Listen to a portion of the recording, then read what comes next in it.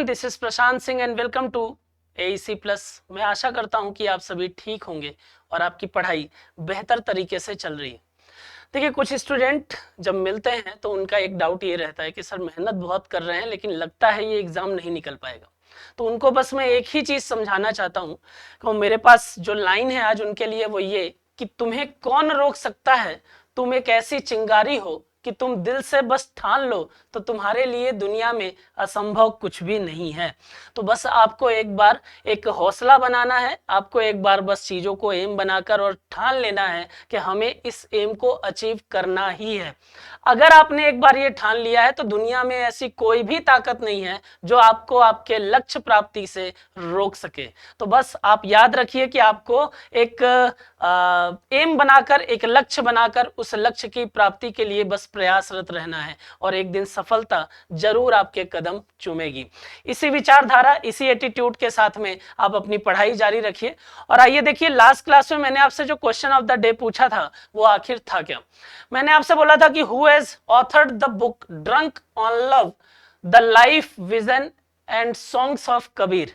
ये एक ऐसी बुक है जहां पर कबीर के जीवन, कबीर के दर्शन और कबीर से संबंधित जो गीत हैं उनका सम्मिश्रण यहाँ पर देखने को मिलेगा। यहाँ बोल रहा है कि इस बुक को, ड्रंक ऑन लव को किसके द्वारा लिखा गया है, इसके लेखक जो हैं वो कौन हैं। तो अगर मैं इसके लेखक की बात करता हूँ, ऑथर की बात करता हूँ, तो याद रखिएगा विपुल रिखी के द्वारा इस पुस्तक को लिखा गया है। बात समझ में आ रही है, याद रखेंगे। क्वेश्चन नंबर फर्स्ट की अगर हम बात करते हैं, क्वेश्चन नंबर फर्स्ट जो है वो ये बोल रहा है, क्वेश्चन नंबर फर्स्ट जो है वो ये बोल रहा है कि which country has recently organised its first Karnataka cultural festival. ठीक है, तो यहां पर अगर हम बात करें तो बोल रहा है कि ऐसी कौन सा देश है जिसने अपना पहला कर्नाटक सांस्कृतिक महोत्सव आयोजित किया है।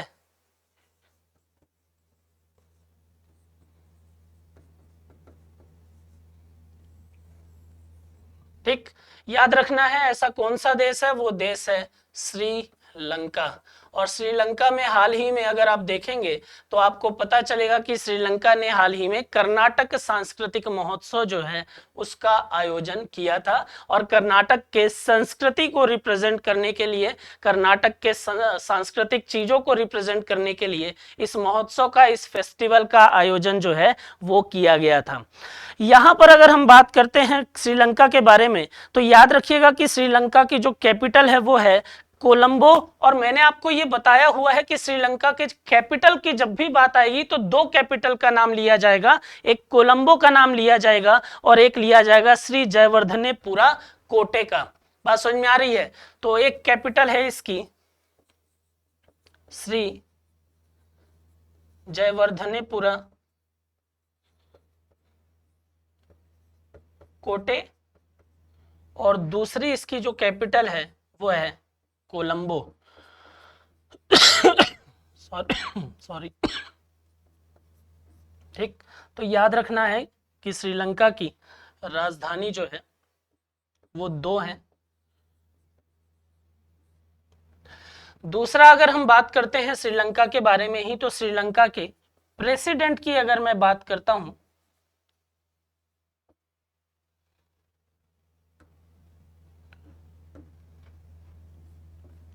उनका नाम है रानिल विक्रमसिंघे। तो याद रखिएगा कि जब राजधानी पूछेगा तो बोलेंगे श्री जयवर्धनेपुरा कोटे और कोलंबो, और अगर आपसे प्रेसिडेंट पूछे तो आप बोलिए रानिल विक्रमसिंघे। अगर हम बात करते हैं श्रीलंका के बारे में तो श्रीलंका अभी न्यूज में भी काफी बना हुआ है पिछले कुछ महीनों से। क्यों न्यूज में बना हुआ है, तो याद रखिएगा कि श्रीलंका में इकोनॉमिक क्राइसिस की सिचुएशन है, पड़ोसी देश है इसलिए फिक्र तो रहती ही है हमको। तो इकोनॉमिक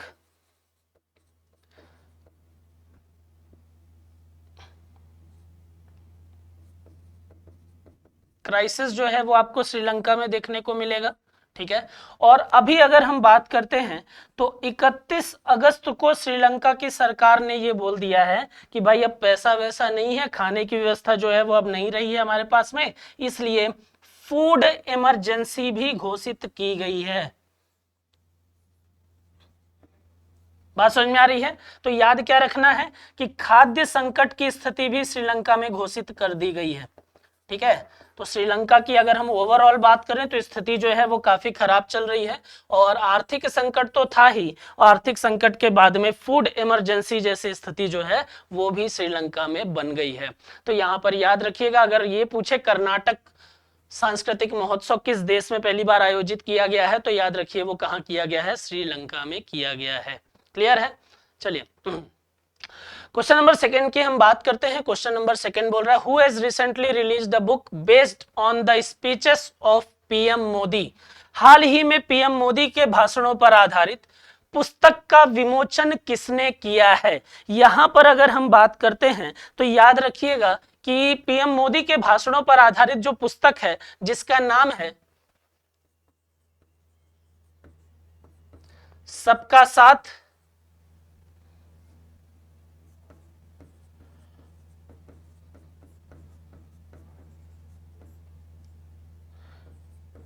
सबका विकास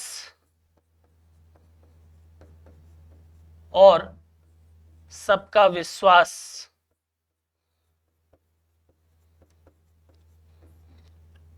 तो अगर आपसे ये पूछे कि प्रधानमंत्री मोदी के स्पीचेस भाषण के आधार पर जो पुस्तक है उसका नाम क्या है, तो उसका नाम है सबका साथ, सबका विकास, सबका विश्वास।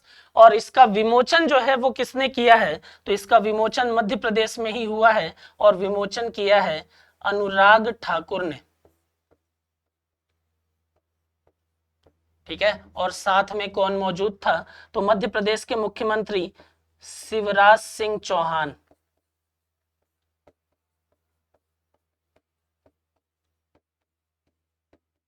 बात समझ में आ रही है?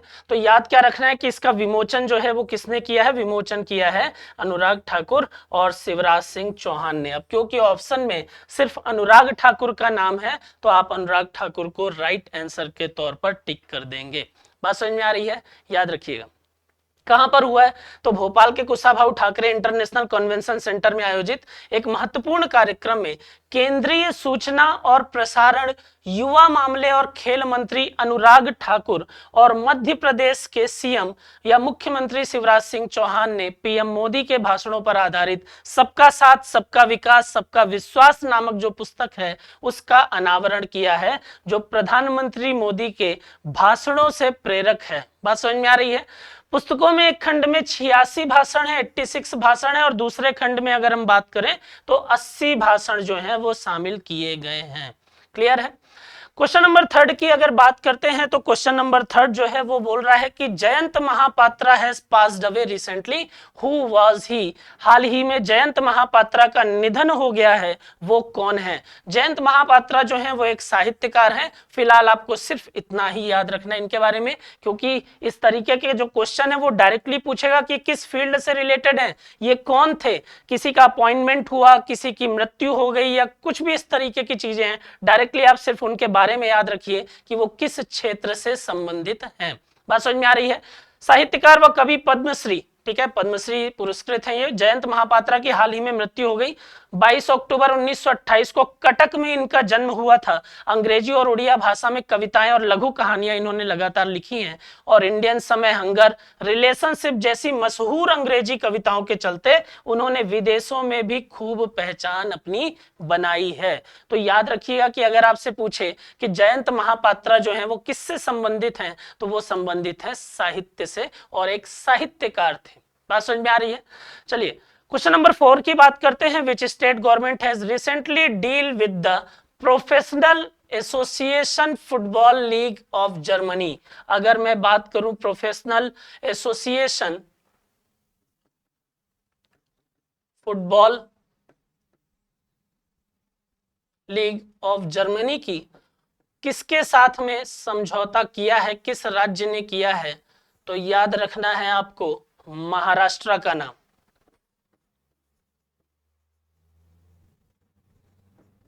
बात समझ में आ रही है? तो याद रखिए कि किस राज्य ने यह समझौता किया है, महाराष्ट्र ने किया है। और इस समझौते के कारण से अगर हम देखें तो खेल के क्षेत्र में बढ़ावा मिलेगा। और जो लोग इस क्षेत्र से संबंधित होंगे उनको कहीं ना कहीं और ज्यादा अपलिफ्ट जो है वो किया जाएगा। अब बात आती है सर महाराष्ट्र की। महाराष्ट्र की अगर हम बात करते हैं तो महाराष्ट्र के बारे में अभी जो एक स्कीम काफी न्यूज में चल रही है वो आप याद रखिए, नमो शेतकरी महासम्मान योजना। तो महाराष्ट्र ने हाल ही में एक योजना चलाई है जिसको नमो शेतकरी महासम्मान योजना बोला गया है।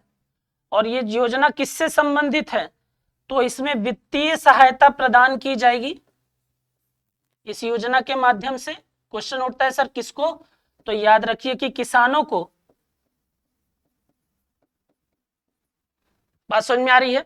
तो किसानों को वित्तीय सहायता प्रदान करने के लिए नमो शेतकारी महासम्मान योजना जो है वो हाल ही में महाराष्ट्र गवर्नमेंट के द्वारा शुरुआत की गई है। ये भी अभी न्यूज में है, तो इसलिए आप इसको भी याद रखेंगे। क्लियर है? चलिए नेक्स्ट पॉइंट, अगर हम महाराष्ट्र के बारे में बात करते हैं तो उसमें मैंने आपको बताया है कि महाराष्ट्र के जो गवर्नर है उनका नाम है रमेश बैस।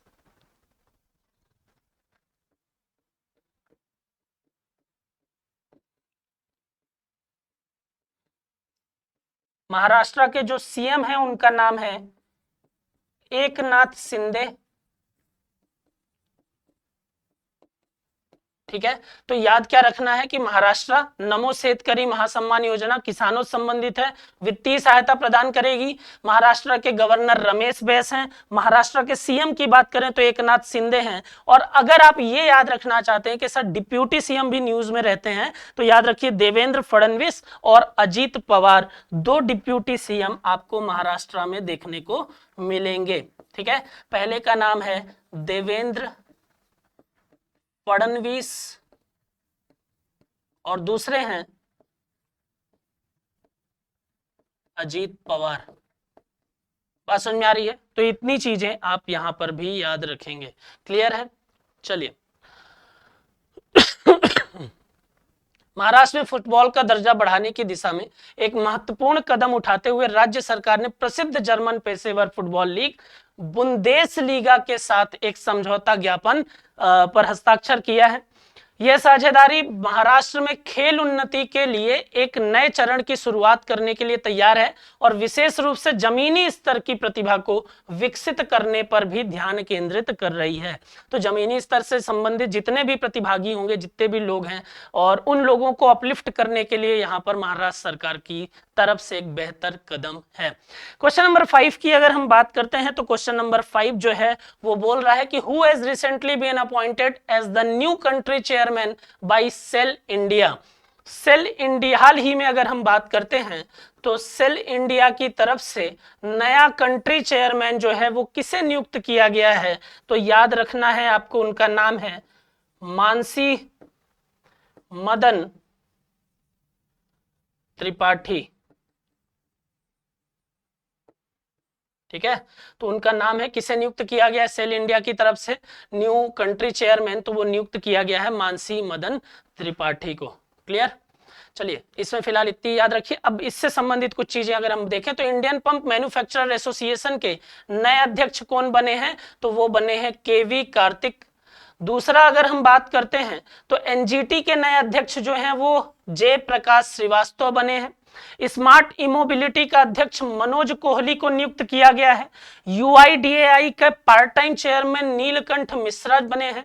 बायकॉम 18 के डिजिटल बिजनेस के नए सीईओ किरण बनी है और बने हैं। और साउथ इंडियन बैंक के नए एमडी और सीईओ पीआर शेषाद्री को नियुक्त किया गया है। तो अपॉइंटमेंट के फॉर्म में ये चीजें मैंने आपको पहले भी करा चुका हूं, तो एक बार रिकॉल कर लीजिए ताकि चीजें याद रहें आपको। Clear?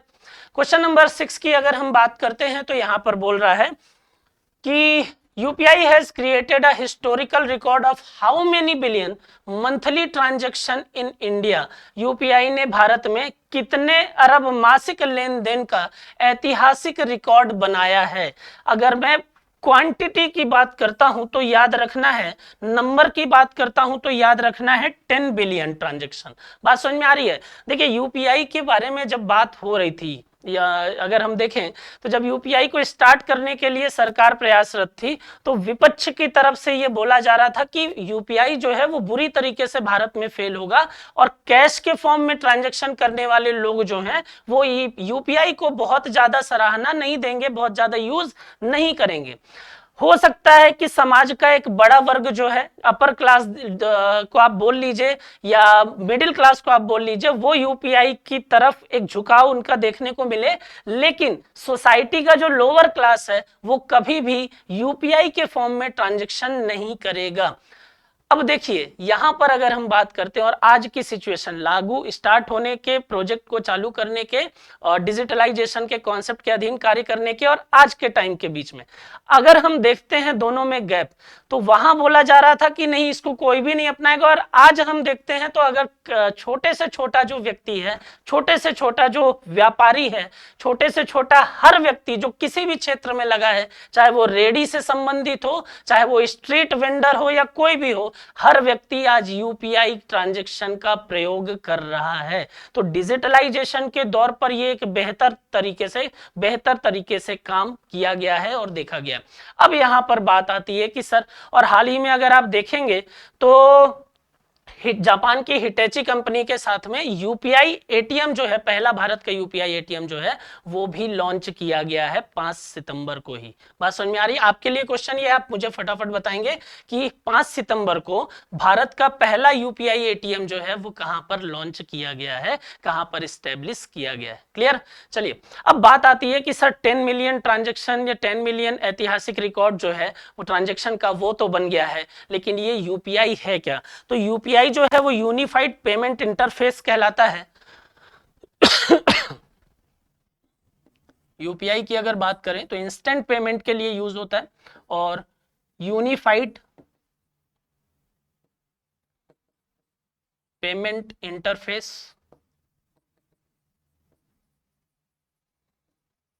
which is developed by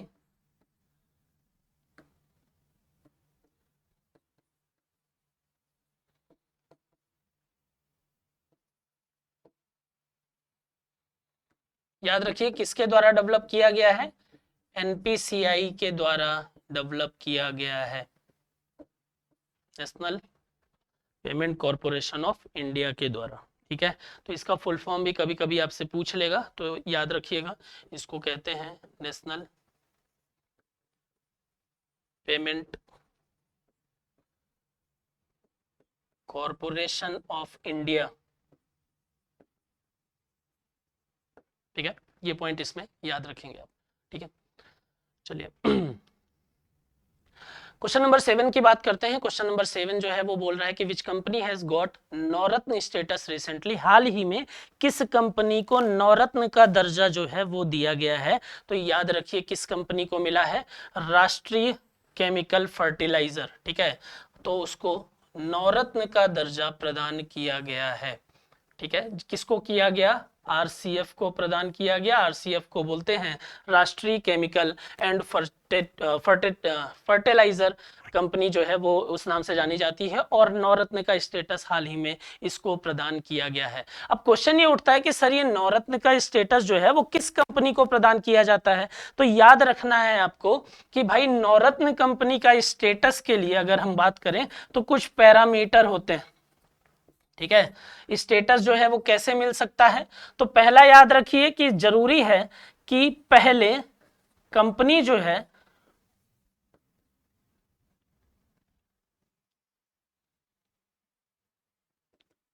mini रत्न में आपको पता है 2 कैटेगरी है, कैटेगरी 1 एंड कैटेगरी 2। तो यहां पर याद रखना है मिनी रत्न कैटेगरी 1 में जो कंपनी होगी वही नवरत्न का स्टेटस प्राप्त कर सकती है। दूसरा पॉइंट इसमें याद रखिए कि लास्ट 5 ईयर में से 3 साल तक एक्सीलेंट या फिर वेरी गुड का स्टेटस मिला हो कंपनी को, तब वो नवरत्न जो है वो बन सकती है। तो 2 पॉइंट क्या याद रखना है, मिनी रत्न कैटेगरी 1 में होनी चाहिए और लास्ट 5 में से 3 साल तक एक्सीलेंट या वेरी गुड रेटिंग जो है वो उसको मिलनी चाहिए। बात समझ में आ रही है। और तीसरा और इंपॉर्टेंट पॉइंट इसमें यह याद रखना है, किसके बेसिस पर, परफॉर्मेंस पैरामीटर, जिसमें 6 पॉइंट है।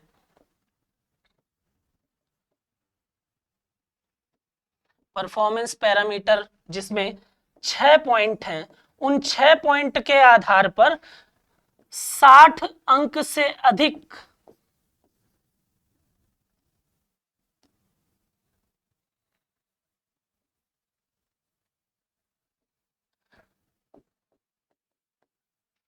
अधिक अंक जो है वो इस कंपनी को मिलना चाहिए। तो अगर हम बात करें कि कौन सी कंपनी को नवरत्न का स्टेटस मिल सकता है, तो याद रखिएगा ऐसी कंपनी जो इन पैरामीटर को फुलफिल करती है उनको नवरत्न का दर्जा प्रदान किया जा सकता है। मिनी रत्न कैटेगरी 1 में होनी चाहिए, ये मैंडेटरी है। मिनी रत्न 2 कैटेगरी वाली कभी भी नवरत्न में डायरेक्ट नहीं जा सकती। बात समझ में आ रही है। अगर मैं संख्या की बात करता हूं तो याद रखिए महारत्न कंपनियों की संख्या जो है पहले 12-12 दोनों में थी, लेकिन अभी करेंटली अगर हम बात करते हैं तो महारत्न कंपनियां जो हैं वो कितनी हो गई हैं, वो 13 हो गई हैं और 11 हो गई थी नवरत्न। लेकिन अगर हम बात करें राष्ट्रीय केमिकल फर्टिलाइजर्स की, तो इसके ऐड होने के बाद में वापस से नवरत्न की संख्या जो है वो कितनी हो गई है, वो 12 हो गई है। तो याद रखिए महारत्न कंपनी 13 है और नवरत्न कंपनी वर्तमान में 12 कंपनियां यहां पर आपको देखने को मिलेंगी। यहां देखिए तो इसकी स्थापना 1978 में हुई है और इसका मुख्यालय मुंबई में है। राष्ट्रीय केमिकल एंड फर्टिलाइजर के अध्यक्ष प्रबंध निदेशक एस.सी. मुदगेरिकर हैं वर्तमान में, और भारत में सरकारी स्वामित्व वाले उर्वरकों का चौथा सबसे बड़ा उत्पादक जो है वो यही आरसीएफ कंपनी है। बात समझ में आ रही है, इतने पॉइंट याद रखेंगे। क्वेश्चन नंबर 8 की अगर हम बात करें तो याद रखिए recently Heath Streak has passed away, who was he, हाल ही में हीथ स्ट्रीक का निधन हो गया है, वो कौन थे। याद रखना है, सिर्फ यही पॉइंट एक याद रखना है कि हीथ स्ट्रीक जो है वो कौन थे। तो याद रखिए कि वो क्रिकेटर थे, ठीक है। किस देश के, तो जिम्बाब्वे के, ठीक है। अपने टाइम पे एक बड़ा नाम, ठीक है। और किस क्षेत्र से संबंधित थे, क्रिकेटर थे। क्लियर है। चलिए क्वेश्चन नंबर 9 की अगर बात करते हैं तो क्वेश्चन नंबर 9 जो है वो आपसे बोल रहा है कि in hockey 5S Asia Cup 2023 India team beat which team. हाल ही में 5S एशिया कप 2023 में भारतीय टीम ने किस टीम को हराया है। तो यहां पर आप याद रखना है आपको, सिर्फ भारत ने किसको हराया है, तो पाकिस्तान को हराया है ना। इसके पहले हम हार गए थे पाकिस्तान से, लेकिन इस बार पाकिस्तान को हमने हराया है। और ये मैच जो है वो कहाँ हुआ था, तो ये हुआ था ओमान में, ठीक है। तो ये पॉइंट आप याद रखेंगे, इसमें कहाँ हुआ था, ओमान में हुआ था। हॉकी में भारत ने फाइनल में पाकिस्तान को पेनाल्टी शूट आउट के दौरान हरा दिया। ओमान के सलालाह में ये पुरुष हॉकी 5S एशिया कप 2023 जो है वो भारत ने जीत लिया है। 1925 में स्थापित यह अंतरराष्ट्रीय हॉकी महासंघ के वैश्विक अधिकार क्षेत्र के अंतर्गत आता है, ठीक है।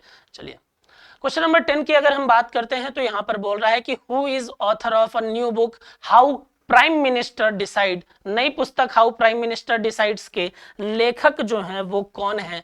याद रखिए इसके लेखक जो हैं वो नीरजा चौधरी हैं। नीरजा चौधरी ने अपनी पुस्तक लिखी है हाउ प्राइम मिनिस्टर डिसाइड्स, और काफी पॉपुलैरिटी उसके लिए उनको मिल रही है, ठीक है।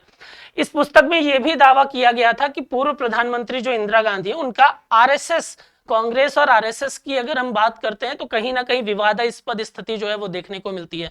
लेकिन इन्होंने अपनी पुस्तक में ये दावा किया है कि जो पूर्व प्रधानमंत्री इंदिरा गांधी जी हैं उनकी अगर हम बात करें तो आरएसएस के कई नेताओं के साथ में उनके अच्छे संबंध थे और उन्होंने संगठन और खुद के बीच सावधानी से दूरी बनाई रखी थी। तो इस बुक में इस प्रकार की कई चीजें आपको मिलेंगी, आप इसको पढ़िए तो आपको पॉलिटिकल चीजें जो हैं वो कुछ हद तक और क्लियर हो जाएंगी। तो ये आज के हमारे 10 क्वेश्चन थे। आपके लिए जो क्वेश्चन ऑफ द डे है वो कि who appoint a principal DG of Akashvani. हाल ही में आकाशवाणी के प्रधान महानिदेशक के रूप में किसे नियुक्त किया गया है। बात समझ में आ रही, इसको ढूंढिए फटाफट मुझे कमेंट करके बता दीजिए। बाकी पढ़ाई करते रहिए, खुश रहिए। Thank you so much.